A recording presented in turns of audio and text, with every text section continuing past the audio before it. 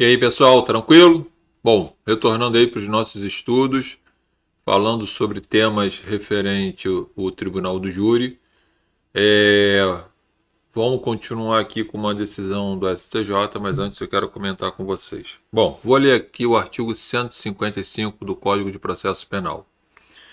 O juiz formará sua convicção pela livre apreciação da prova, produzida em contraditório judicial, não podendo fundamentar sua decisão exclusivamente nos elementos informativos colhidos na investigação, ressalvado as provas cautelares e não repetíveis e antecipadas. Bom, o que a lei está falando aqui? Gente, o juiz, né, não pode condenar uma pessoa com base única e exclusivamente com nos elementos colhidos na fase de inquérito policial. Lá na fase de inquérito policial, por ser um procedimento administrativo, onde não impera ampla defesa, devido processo legal, contraditório, não estão presentes as partes, MP, juiz e defesa, além, né, da ausência, né, do devido processo legal, esses elementos, uma vez apurados lá na delegacia, precisam ser ratificados em juízo, ok? Porque se não forem ratificados, o juiz vai ter que absolver o sujeito, tá? Isso é o que diz o artigo 155 do Código de Processo Penal. Isso vale para os processos que não são da competência do Tribunal do Júri, e para os processos que sejam da competência do Tribunal do Júri, na primeira fase, o juiz tem que pronunciar o sujeito ou absolver, vai depender do caso concreto. Certo é que o juiz não pode ou pronunciar alguém ou condenar alguém com elementos, com base nos elementos colhidos na fase de inquérito policial. Alguns até falam sobre as provas colhidas no inquérito policial. Não, tecnicamente não é prova, exatamente porque não tem o devido processo legal, para defesa, contraditório, ausência das partes e por aí vai, tá?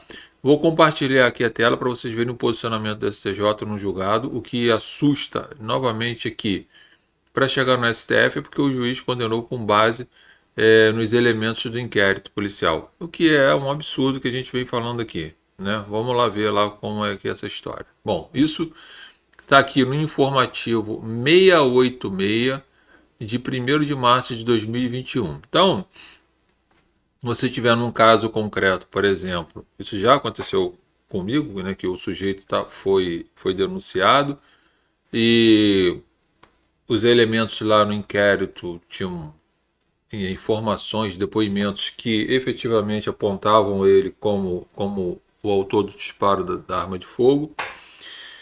Só que se passaram-se o tempo e quando houve a denúncia, e aí tentou durante um bom tempo se localizar a suposta vítima, as testemunhas que tinham falado que tinha sido o meu cliente, isso foi já na primeira fase, até no momento em que não se localizava ninguém, então não estava se conseguindo reproduzir ou ratificar aqueles elementos lá colhidos na fase de inquérito em processo.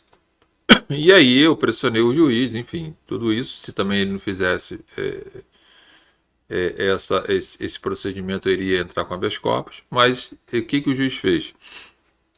Depois de diversas audiências marcadas e infrutíferas, porque não aparecia ninguém, o juiz, numa dessas audiências que eu fiz requerimento, informou para o promotor e o promotor desistiu, né, de tentar localizar essas pessoas porque não tinha mais onde buscá-las. E o juiz perguntou para mim, e me perguntou da seguinte forma: doutor, seu cliente vai falar ou vai ficar em silêncio? Gente, é óbvio que ele vai ficar em silêncio. Se o que tem no inquérito, né, não foi ratificado em juízo, não há por que eu deixar o cliente falar, porque ele pode falar alguma coisa que ele mesmo se insira na cena do crime. Então, a resposta vai ficar em silêncio, tá? E aí o juiz pronunciou ele, por quê? Porque o que tinha de base para tentar levar o sujeito a uma pronúncia era só os elementos escolhidos na prova do inquérito. Diferentemente é nesse caso que está aqui que a gente vai ler, O que chama atenção é que as pessoas julgam, parece que não respeitam a lei, parece que querem ser justiceiros. Isso arrebenta com a vida da pessoa por uma série de coisas. Do réu fica lá preso a um processo, fica estigmatizado, fica com problemas emocionais, psicológicos, financeiro, social, por aí vai. Só prejuízo, sabendo que isso não vai frutificar. O pior, o juiz pronunciou o cara com isso. Vamos ler aqui, ó. HC 589-270 de Goiânia, ou Goiás. Ministro Sebastião Reis. Direito penal, direito processual penal.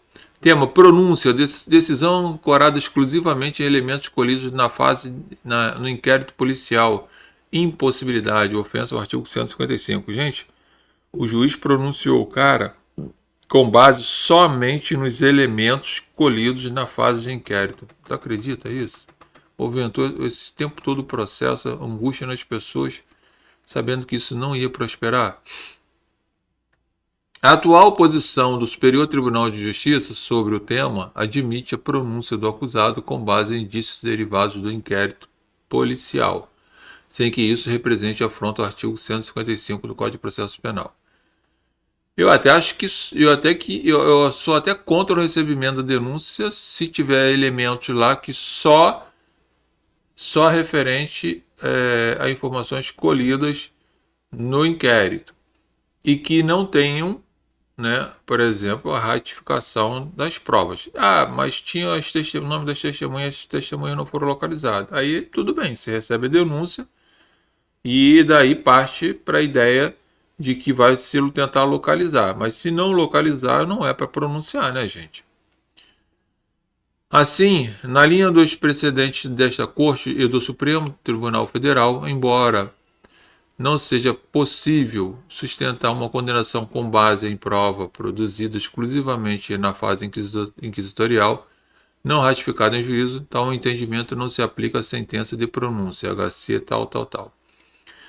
Isso não significa, no entanto, que inexistem decisões mais antigas no sentido de não admitir o juízo de pronúncia sem lastro em prova produzida sob o crivo judicial. Ok? E HC tal está lá.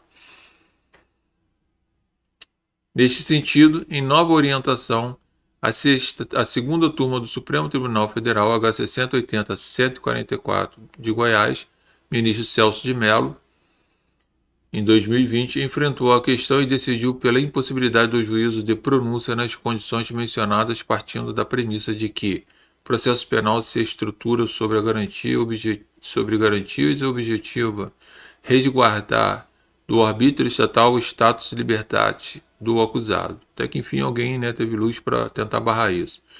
O entendimento perfilado pela Suprema Corte parte da ausência do amparo constitucional e legal do princípio indúbio pro societate no sistema processual penal brasileiro, pós-Constituição de 1988. Em sentido oposto, considerado o assento constitucional do princípio da presunção de inocência, artigo 5º, inciso 67, da Constituição Federal, em todo o seu alcance, com norma de tratamento, norma probatória e norma de juízo, incumbe ao órgão acusador comprovar o alegado em todas as fases de procedimentos. Claro, gente, é o órgão acusador que tem que fazer isso. Como meio de concretização e com o mesmo status de garantia constitucional, o contraditório e ampla defesa, e no caso do júri e plenitude de defesa, impede a prolação de sentença de pronúncia com base exclusivamente em elementos produzidos no inquérito policial nos termos do artigo 155 do Código de Processo Penal. De fato, admitir que a sentença de pronúncia se baseia em provas produzidas no inquérito igualaria em densidade a decisão de recebimento de uma denúncia. O procedimento do ius accusationis, ou da acusação, delineado entre os artigos 406 e 421 do Código de Processo Penal, declina toda a produção probatória destinada a embasar o deslinde da primeira fase do procedimento.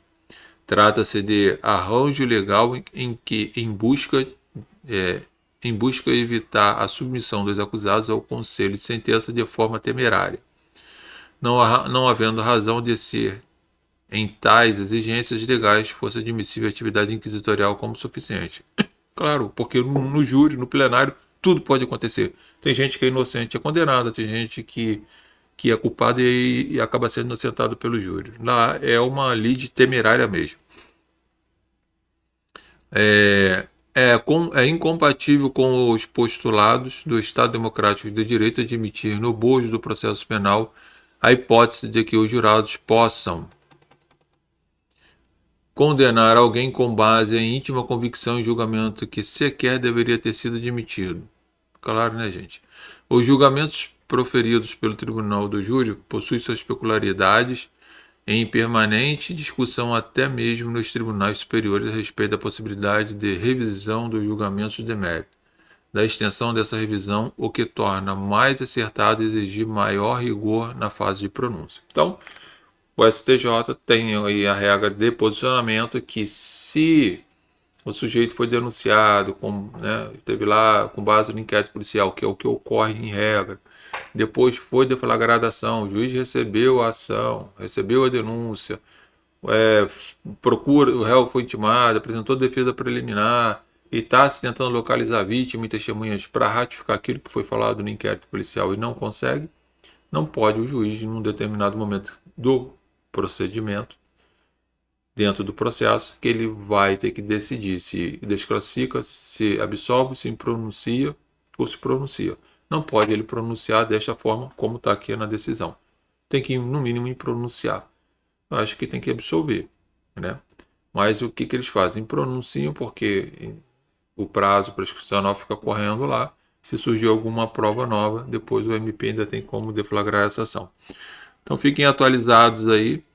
Se vocês estiverem atuando num caso concreto, né, em que seu cliente tenha sido pronunciado com base única e exclusivamente nos elementos obtidos lá no inquérito policial, conforme o artigo 155, você deve recorrer a todas as instâncias para fazer com que essa pronúncia caia, né, e que ocorra a despronúncia, conforme nós vimos aqui. E para o seu concurso público, a sua prova da ordem, você também tem esse mesmo posicionamento aí. Bons estudos para vocês. Logo estou retornando com outras matérias para a gente se manter o máximo atualizado. Abraço a todos.